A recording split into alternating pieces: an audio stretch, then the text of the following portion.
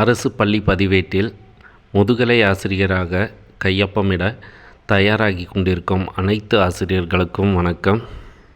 PGTRB எக்ஸாமுக்கான தேதி தள்ளி வச்சுட்டாங்க. அது நமக்கு தெரிஞ்ச ஒன்று தான். ஸோ அந்த டேட் அனௌன்ஸ் பண்ணுறதுக்கு முன்னாடி நாம் என்னென்னலாம் செஞ்சுருக்கணும் அப்படிங்கிறத பற்றி தான் இந்த வீடியோவில் பார்க்க போகிறோம். ஃபர்ஸ்ட் உங்கள் மேலே நம்பிக்கை வைங்க. உங்களால் கண்டிப்பாக முடியும். ஸோ மற்றவங்களால் சாதிக்க முடியும் அப்படின்னா உங்களாலேயும் சாதிக்க முடியும். ஸோ ஒரு மனதோடு உங்களோட பிஜிடிஆர்பி எக்ஸாமுக்கான ப்ரிப்ரேஷனை ஸ்டார்ட் பண்ணுங்கள். ஸோ அப்படி ஸ்டார்ட் பண்ணும்போதே நான் இந்த பிஜிடிஆர்பி எக்ஸாம் மூலமாக கண்டிப்பாக அரசு வேலை வாங்குவேன் அப்படிங்கிற முழு மனதோடு தன்னம்பிக்கையோடு செயல்படணும். உங்களோட கனவு எதுவாக இருக்கணும் அப்படின்னா கவர்மெண்ட் ஸ்கூல் ரிஜிஸ்டரில் உங்கள் நேம் எழுதியிருக்கும். அந்த நேம் பக்கத்தில் நீங்கள் சைன் பண்ணுற மாதிரி இருக்கணும். இந்த செயல் நடக்கணும் அப்படின்னா உங்களோட 100% எஃபர்ட் இந்த 3 மாதத்தில் கண்டிப்பாக தேவைப்படும். ஸோ இந்த 3 மாதத்தில் 100% எஃபர்ட் போட்டு நீங்கள் படிக்க தயாராக இருக்கீங்க அப்படின்னு பார்க்கும்போது இது கண்டிப்பாகவே உங்களோட கனவாக இருக்காது, அது நிஜமாக இருக்கும். ஆயுதங்கள் இல்லாமல் வெற்றி என்பது கிடைக்காது. ஸோ அப்போது இந்த பிஜிடிஆர்பி எக்ஸாமுக்கு ஆயுதமாக இருக்க போகுது எது அப்படின்னு பார்க்கும்போது நம்மளோட மெட்டீரியல், நம்ம சப்ஜெக்ட்டுக்கான மெட்டீரியல், அதுவும் எல்லா யூனிட்டுக்கான நோட்ஸ் நம்ம கையில் இருக்கணும். ஸோ அப்போ தான் நம்மளால் பாஸ் பண்ண முடியும். பாஸ் பண்ணுறது மட்டும் இல்லாமல் அதிகமாக மார்க் வாங்கி போஸ்டிங் வாங்க முடியும். ஸோ சில பேர்கிட்ட நோட்ஸே இருக்காது, ஆனால் அவங்களுக்குள்ளே ஆசை இருக்கும். ஆசை மட்டும் என்ன அப்படின்னு பார்க்கும்போது நான் அரசு முதுகலை ஆசிரியர் ஆகணும் அப்படிங்கிற ஆசை இருக்கும். ஸோ தயவு செஞ்சு சொல்கிறேன், உங்களுக்கு அந்த ஆசை இருந்துச்சு அப்படின்னு பார்க்கும்போது எப்படியாவது உங்கள் சப்ஜெக்ட்டுக்கான எல்லா யூனிட்டுக்கான நோட்ஸை கலெக்ட் பண்ணுங்கள். நம்ம எக்ஸாமுக்கான தேதி எப்போ அறிவிப்பாங்க அப்படின்னு கரெக்டாக சொல்ல முடியாது. ஏன் அப்படின்னு பார்க்கும்போது டிஆர்பி ஆனுவல் பிளானர் படி பார்த்தானா நமக்கு ஆகஸ்ட்டில் தான் நோட்டிஃபிகேஷன் வரணும், நவம்பரில் தான் எக்ஸாம் வரணும். ஆனால் முன்னாடியே ஜூலை மந்த்லேயே நமக்கு நோட்டிஃபிகேஷன் விட்டாங்க. செப்டம்பரில் எக்ஸாம் வரும் அப்படின்னு சொன்னாங்க. அதுக்கப்புறம் அதை தள்ளி போட்டிருக்காங்க. ஸோ அப்போது அந்த எக்ஸாம் டேட் இன்றைக்கி சொன்னாலும் சொல்லலாம், நாளைக்கு சொன்னாலும் சொல்லலாம். அது சொல்கிறதுக்கு முன்னாடி நாம் சர்டைன் டாபிக்ஸ், அதாவது சில யூனிட்டை நம்ம கம்ப்ளீட்டாக கவர் பண்ணியிருக்கணும். அப்படி கவர் பண்ணியிருந்தோம் அப்படின்னு பார்க்கும்போது பின்னால் நமக்கு எக்கச்சக்கமாக டைம் இருக்கும். அது ரிவிஷனுக்காக யூஸ் பண்ணிக்கலாம். ஸோ அப்போது ஒரு வாரம் கழித்து நமக்கு எக்ஸாம் டேட் அனௌன்ஸ் பண்ணுறாங்க, இல்லாட்டி ஒரு 15-20 நாள் கழித்து எக்ஸாம் டேட் அனௌன்ஸ் பண்ணுறாங்க அப்படின்னு பார்க்கும்போது அதுக்கப்புறம் டேட் அனௌன்ஸ் பண்ணதுக்கப்புறம் நமக்கு ஒரு சர்டைன் பீரியட் தருவாங்க. அது நமக்கு எக்ஸ்ட்ரா டைமாக நம்ம கன்சிடர் பண்ணிக்கணும். ஸோ அந்த எக்ஸாம் டேட் அனௌன்ஸ் பண்ணுறதுக்கு முன்னாடி நம்மளோட சப்ஜெக்டில் இருக்கிற 50% ஆஃப் போர்ஷனை நீங்கள் தரோவாக படித்து வச்சுருக்கணும். இந்த ஷார்ட் பீரியட் அப்படிங்கிறது நமக்கு அடுத்த அறிவிப்பு எப்போ விடுவாங்க அப்படிங்கிறது தான் அந்த ஷார்ட் பீரியட். அந்த ஷார்ட் பீரியட்குள்ளே நாம் 50% போர்ஷனை கம்ப்ளீட் பண்ணி ஆகணும். ஸோ அதுக்கு நீங்கள் என்ன செஞ்சாலும் சரி, நீங்கள் எக்ஸ்ட்ரா டைமை ஒதுக்கணும். நீங்கள் காலையிலையும் ஈவினிங்லேயும் நைட்லேயும் ஃபுல்லாகவே புக்கோடு இருங்க. ஸோ இப்படி படிக்கும்போது என்ன ஆகும் அப்படின்னா ஒரு 15 டேஸ் கழித்து நமக்கு அடுத்த அறிவிப்பு வருது அப்படின்னு பார்க்கும்போது உங்களால் ஒரு ஆஃப் போர்ஷன் இல்லாட்டி ஒரு 6 யூனிட் நீங்கள் கம்ப்ளீட் பண்ணியிருக்கலாம். ஸோ அப்போ எக்ஸாம் டேட் அனௌன்ஸ் பண்ணதுக்கப்புறம் நமக்கு ஒரு குறிப்பிட்ட நாட்கள் தருவாங்க. அது ஃபுல்லாகவே சஃபிஷியண்ட்டாக இருக்கும். அந்த டைமில் மீதி இருக்கிற யூனிட்டை படிக்கிறதுக்கு டைம் நல்லா இருக்கும். அது மட்டும் இல்லாமல் எக்கச்சக்கமாக ரிவிஷன் பண்ணி பார்க்குறதுக்கு உங்களுக்கு யூஸ்ஃபுல்லாக இருக்கும். வாய்ப்பு அப்படிங்கிறது நமக்கு ஒரு முறை மட்டும்தான் வரும் அப்படின்னு சில பேர் சொல்லுவாங்க. ஆனால் என்னை பொறுத்த வரைக்கும் பிஜிடிஆர்பி எக்ஸாமில் நமக்கு வாய்ப்புகள் வந்துகிட்டே இருக்கும். அந்த வாய்ப்புகளை நாம் எப்படி பயன்படுத்திக்கிறோம் அப்படிங்கிறதுல தான் நம்மளோட வெற்றியே இருக்குது. பல பேர் பிஜிடிஆர்பி எக்ஸாம் இதுக்கு முன்னாடி நீங்கள் எழுதியிருப்பீங்க. அப்படி எழுதும்போது நீங்கள் ப்ரிப்பேர் பண்ணது ஒன்று, கொஸ்டின் கேட்டது ஒன்றா இருந்திருக்கும். ஸோ அதுலேயே உங்களுக்கு விரக்தி அடைஞ்சிருக்கும். ஸோ அதனாலேயே நீங்கள் ப்ரிப்ரேஷன் பண்ணுறதை டிலே பண்ணிகிட்டே போவீங்க. சில பேர் படிக்காமலே போவீங்க. ஸோ அப்போது நீங்கள் இந்த பிஜிடிஆர்பி எக்ஸாமில் நல்ல மார்க் வாங்கி போஸ்டிங் வாங்கணும் அப்படின்னா நீங்கள் என்ன பண்ணணும் அப்படின்னா, இந்த பிஜிடிஆர்பி தான் ஃபர்ஸ்ட் டைமாக நீங்கள் படித்து எழுத போகிறீங்க அப்படின்னு மைண்டில் சென்ட் பண்ணிவிட்டு அதுக்கு தகுந்த மாதிரி படிங்க.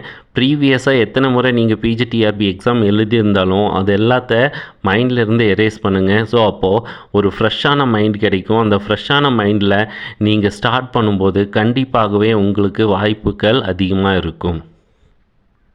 உங்களுக்கு கிடைக்கிற டைம் எல்லாத்தையும் சரியாக பயன்படுத்துங்க. ஈவன் ஒரு நிமிஷம் கிடைச்சா கூட அதை சரியாக பயன்படுத்துங்க. ஏன் அப்படின்னு பார்க்கும்போது, ஒரு நிமிஷத்தில் என்ன சாதிக்க முடியும் அப்படின்னு கேட்பீங்க. அந்த ஒரு நிமிஷத்தில் நீங்கள் படித்த ஒரு லைன்லேருந்து ஒரு கொஸ்டின் வந்திருக்கலாம்.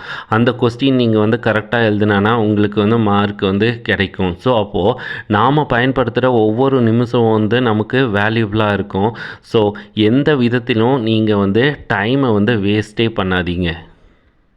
இதுக்கு முன்னாடி நீங்கள் பிஜிடிஆர்பி எக்ஸாம் எழுதிருப்பீங்க. ஸோ அப்போது உங்களோட ஃபேமிலி மெம்பர்ஸ் அல்லது உங்களோட ஃப்ரெண்ட்ஸ் எல்லாமே கிரிட்டிசிசம் பண்ணியிருப்பாங்க. ஸோ அதிலிருந்து அவங்களுக்கு தக்க ஒரு பதிலடியாக இந்த பேச்சு பிறகும் வரக்கூடாது அப்படிங்கிறதுக்கு ஒரு ஃபுல் ஸ்டாப் வைக்கணும் அப்படின்னா நீங்கள் கண்டிப்பாக படித்து தான் ஆகணும். ஸோ நமக்கு எவ்வளவோ கஷ்டம் வந்திருக்கும், ஃபினான்சியல் சைடில் எவ்வளவோ கஷ்டம் வந்திருக்கும். ஸோ அதை பல வருஷங்களாக நாம் தாங்கி கொண்டு இருப்போம். ஸோ இப்போது இருக்கிற இந்த 2 months 3 months அது எல்லாத்தையும் தூக்கி ஓரம் வச்சுட்டு உங்களோட சப்ஜெக்டில் உங்களுக்கான நேரமாக கருதி இதை நல்லா படிச்சிங்க அப்படின்னு பார்க்கும்போது இந்த 3 மாதம் மட்டும்தான் உங்களுக்கு கஷ்டமாக இருக்கும். தவிர மீதி வரும் நாட்கள் எல்லாமே உங்களுக்கு நல்ல ஒரு ஃப்யூச்சர் அமைகிறதுக்கு வாய்ப்புகள் அதிகமாக இருக்குது. ஸோ நீங்கள் இந்த 3 மாதம் கஷ்டப்படணுமா இல்லை லைஃப் லாங் கஷ்டப்படணுமா அப்படிங்கிறத மைண்டில் செட் பண்ணுங்கள்.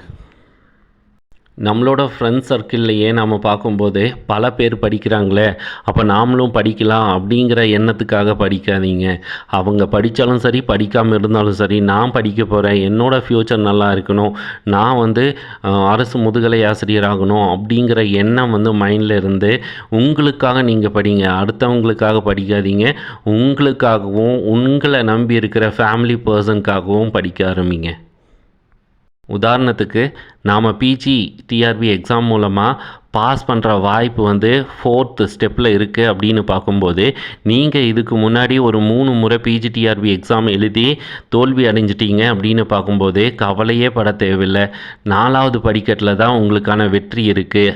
ஆல்ரெடி 3 ஸ்டெப்பு ஏறி வந்துட்டீங்க. 4வது ஸ்டெப் ஏறுறது ரொம்ப கஷ்டமே இல்லை. இப்போ நீங்கள் மனசு வச்சா அந்த 4வது ஸ்டெப்பை ஈஸியாக ஏறி அங்கிருந்து வெற்றி அப்படிங்கிற, அதாவது அரசு முதுகலை ஆசிரியர் அப்படிங்கிற வெற்றி கனியை பறிக்க முடியும்.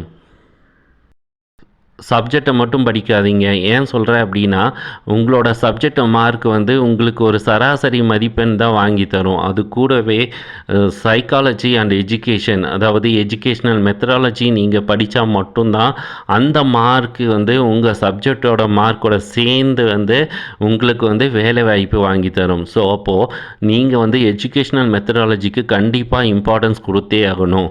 டெய்லி ஒரு டாபிக் அட்லீஸ்ட் ஒரு ½ an hour எஜுகேஷ்னல் மெத்தடாலஜிக்கு அலாட் பண்ணுங்கள். அதில் இருக்கிறத படிங்க. கண்டிப்பாகவே உங்களால் எஜுகேஷ்னல் மெத்தடாலஜியில் ஒரு 20லேருந்து 25 மார்க் வாங்க முடியும். அப்போது உங்கள் சப்ஜெக்டோட இந்த மார்க்கை சேர்த்தும்போது சராசரியாக 100 மார்க்குக்கு மேலே வந்துடும். அது கூடவே ஜிகேயில் ஒரு 5 மார்க் வாங்கினீங்க அப்படின்னா 105லேருந்து 110 மார்க் வரைக்கும் வரும். ஸோ இந்த 110 மார்க் அப்படிங்கிறது போதுமானது உங்களை அரசு முதுகலை ஆசிரியர் ஆக்குவதற்கு.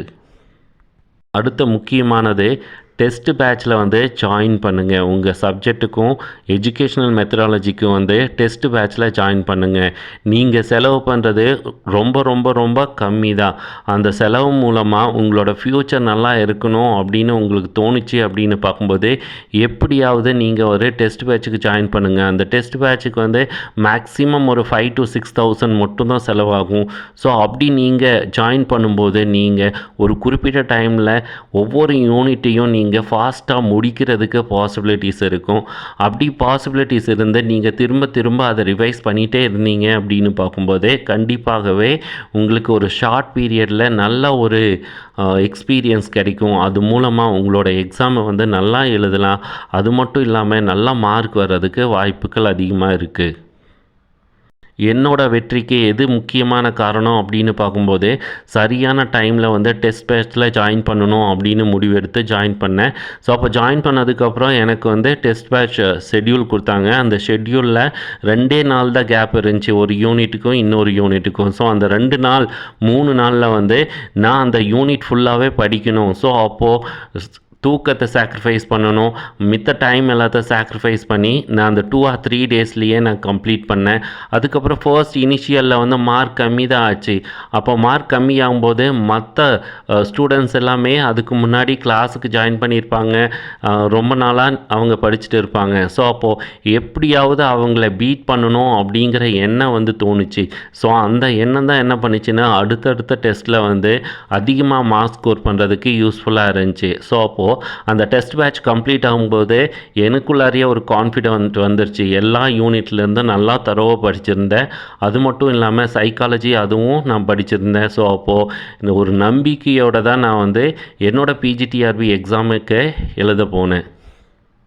இந்த மாதிரி ஒரு உந்துதல் உங்ககிட்ட இருந்துச்சு அப்படின்னு பார்க்கும்போது கண்டிப்பாகவே நமக்கு வர்ற பிஜிடிஆர்பி எக்ஸாமில் உங்களுக்கு போஸ்டிங் உறுதி. என்றைக்குமே மற்றவங்களுக்காக படிக்க நினைக்காதீங்க. அதே மாதிரி நாம் பிஜி முடித்தாச்சே, பிஎட் முடித்தாச்சே, எக்ஸாம் கண்டக்ட் பண்ணுறாங்களே, எக்ஸாம் எழுதாமல் இருந்தால் மற்றவங்க என்ன சொல்லுவாங்க அப்படின்னு நினைக்காதீங்க. உங்களோட வாழ்க்கையை வந்து நல்லா இருக்கணும், உங்களோட ஃப்யூச்சர் நல்லா இருக்கணும், உங்களோட சந்ததிகள் நல்லா இருக்கணும் அப்படின்னா கண்டிப்பாகவே நீங்கள் ஹார்ட் ஒர்க் பண்ணி தான் ஆகணும். யார் ஒருத்தர் வந்து ஹார்ட் ஒர்க் பண்ணுறாங்களோ அவங்களுக்கு வெற்றி நிச்சயமாக கிடைக்கும். ஹார்ட் ஒர்க் நெவர் ஃபெயில் அப்படின்னு சொன்னவங்க, அது கண்டிப்பாக உண்மையானது. ஸோ நீங்கள் உள்மனதோடு ஹார்ட் ஒர்க் பண்ணுறேன்னு நினச்சி நீங்கள் ஹார்ட் ஒர்க் பண்ணினீங்க அப்படின்னு பார்க்கும்போதே அந்த வெற்றியை நீங்கள் வந்து உணரலாம். ஒரு நிமிஷம் யோசித்து பாருங்கள், நீங்கள் வெற்றியாளர் ஆகணுமா இல்லை இப்படி இருக்கிற மாதிரியே அப்படியே இருக்கணுமா அப்படிங்கிறத ஒரு நிமிஷம் வந்து யோசித்து பாருங்கள். வெற்றியாளர் ஆகணும் அப்படின்னா இப்போவே முடிவெடுங்க, உங்களோட கனவு பலிக்கும். அதாவது அரசு பள்ளி பதிவேட்டில் உங்கள் கையொப்பம் கண்டிப்பாக இருக்கும். அதற்காக வாழ்த்துக்கள். நன்றி, வணக்கம்.